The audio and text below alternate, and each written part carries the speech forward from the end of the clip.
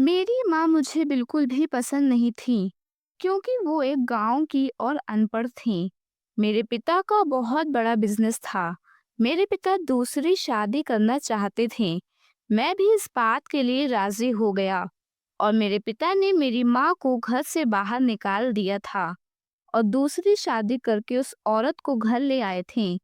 अगले दिन जब हमने अपने घर का दरवाजा खोला, तो वहां का दृश्य देखकर मेरी आंखें फटी की फटी रह गईं, क्योंकि मेरी माँ तो बहुत बड़ी। मेरी माँ मुझे बिल्कुल भी पसंद नहीं थी। बचपन से ही मुझे उनकी सादगी अजीब लगती थी। वो गांव से थी, साड़ी पहनने वाली, माथे पर बड़ी बिंदी लगाने वाली और हर बात में बेटा धीरे बोलो कहने वाली। जब वो मुझे स्कूल छोड़ने आती, तो मुझे शर्म महसूस होती। मेरे दोस्त मुझ पर हंसते थे और मैं गुस्से से उन्हें दूर रहने के लिए कहता था। माँ बस मुस्कुरा कर कह देती थी कि ठीक है बेटा, पर याद रखना, माँ का आशीर्वाद हमेशा पास होता है। मैं तब यह नहीं समझता था कि वो मुस्कान कितनी गहरी थी। पापा शहर के बहुत बड़े बिजनेसमैन थे। उनका रुतबा बहुत ऊंचा था। वो अक्सर बिजनेस मीटिंग्स और पार्टियों में जाते रहते थे, जहां सब लोग सूट बूट में होते थे। माँ को वहां कभी जगह नहीं मिलती थी और एक बार उन्होंने पापा से कहा, मैं भी चलूं? तो पापा ने ठंडे लहजे में कहा, तुम्हें वहां देखकर लोग क्या सोचेंगे? तुम गांव की औरत लगती हो। उस दिन मैंने माँ को पहली बार रोते हुए देखा था, लेकिन वो कुछ भी नहीं बोली थी। अगले दिन फिर वही मुस्कान उनके चेहरे पर थी, जैसे कुछ हुआ ही नहीं हो। धीरे धीरे घर में दूरियां बढ़ती जा रही थीं। पापा ने कई बार साफ कहा कि अब वो माँ के साथ नहीं रहना चाहते। एक दिन उन्होंने मेरे सामने ही कहा, मैं दूसरी शादी करना चाहता हूँ। मैंने एक पल को सोचा कि माँ का साथ दूं, पर फिर वही अहम के बीच में आ गया। मुझे लगा शायद पापा सही हैं। माँ तो बहुत साधारण है। पापा को ऐसी पत्नी चाहिए जो उनके स्टेटस की हो। शाम को जब माँ आंगन में बैठी थी, पापा ने उन्हें घर छोड़ने को कहा। वो शांत थी, बस अपने छोटे से बैग में कुछ कपड़े रख रही थी। मैंने एक बार भी उन्हें रोकने की कोशिश नहीं की। जाते जाते उन्होंने मेरे सिर पर हाथ रखा और कहा, अर्जुन, माँ का साया खो दोगे तो जिंदगी में धूप बहुत लगेगी। मैंने बिना जवाब दिए नजरें फेर लीं। वो चली गईं और कुछ ही दिनों में पापा ने दूसरी शादी कर ली, नेहा से।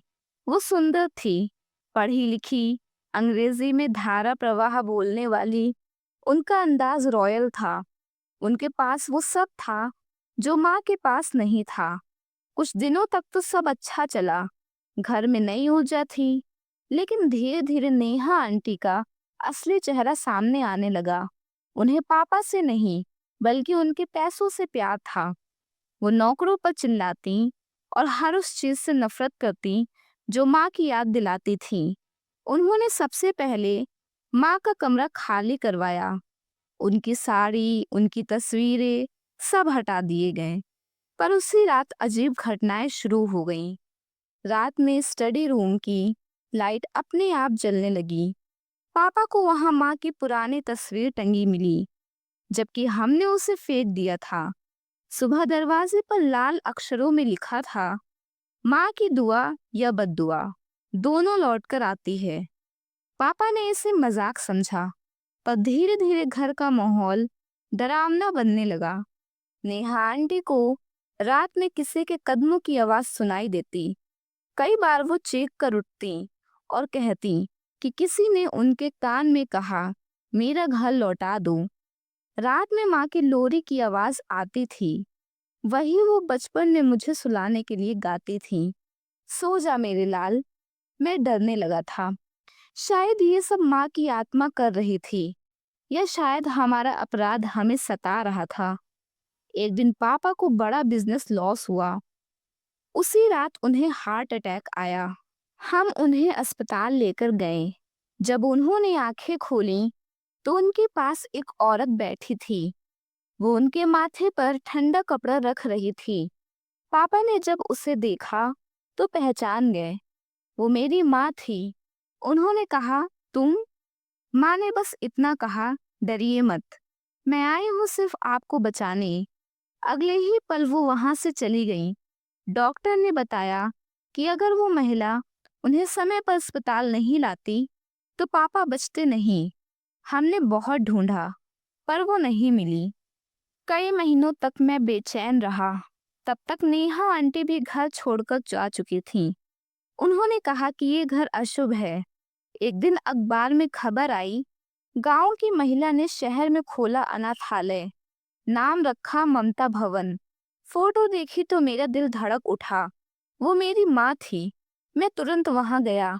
अनाथालय में छोटे छोटे बच्चे थे जो उन्हें माँ कहकर पुकार रहे थे। वो सबको खाना खिला रही थी, उनके कपड़े धो रही थी और हंस रही थी। जब उन्होंने मुझे देखा तो बस मुस्कुरा दी, वही पुरानी मुस्कान। मैं उनके पैरों पर गिर पड़ा। माँ, मुझे माफ कर दो, मैंने तुम्हें ही नहीं समझा।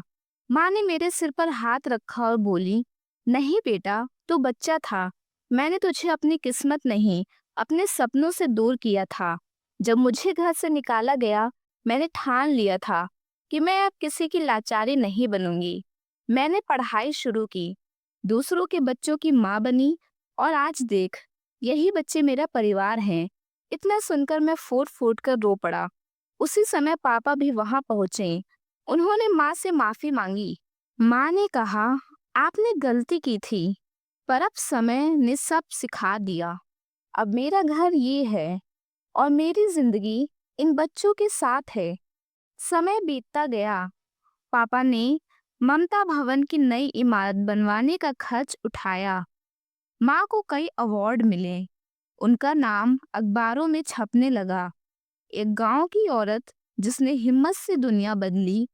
एक दिन उन्हें city icon of the year का सम्मान मिला।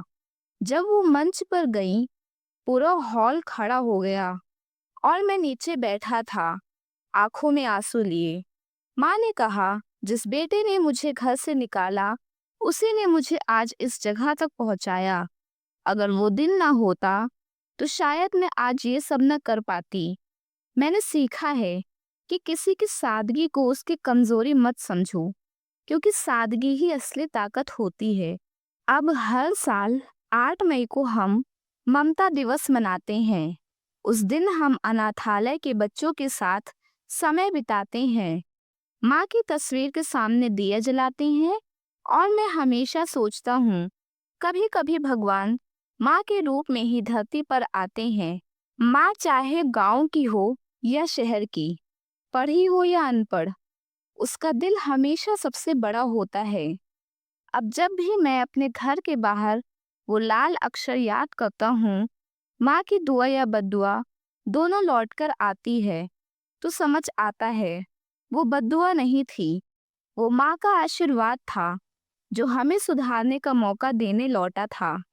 दोस्तों, अगर हमारी यह कहानी आपको पसंद आई हो तो हमारी इस वीडियो को लाइक कीजिए और ऐसे ही कहानियाँ सुनने के लिए हमारे चैनल को सब्सक्राइब कीजिए ताकि आने वाली वीडियो का नोटिफिकेशन सबसे पहले आपको मिले।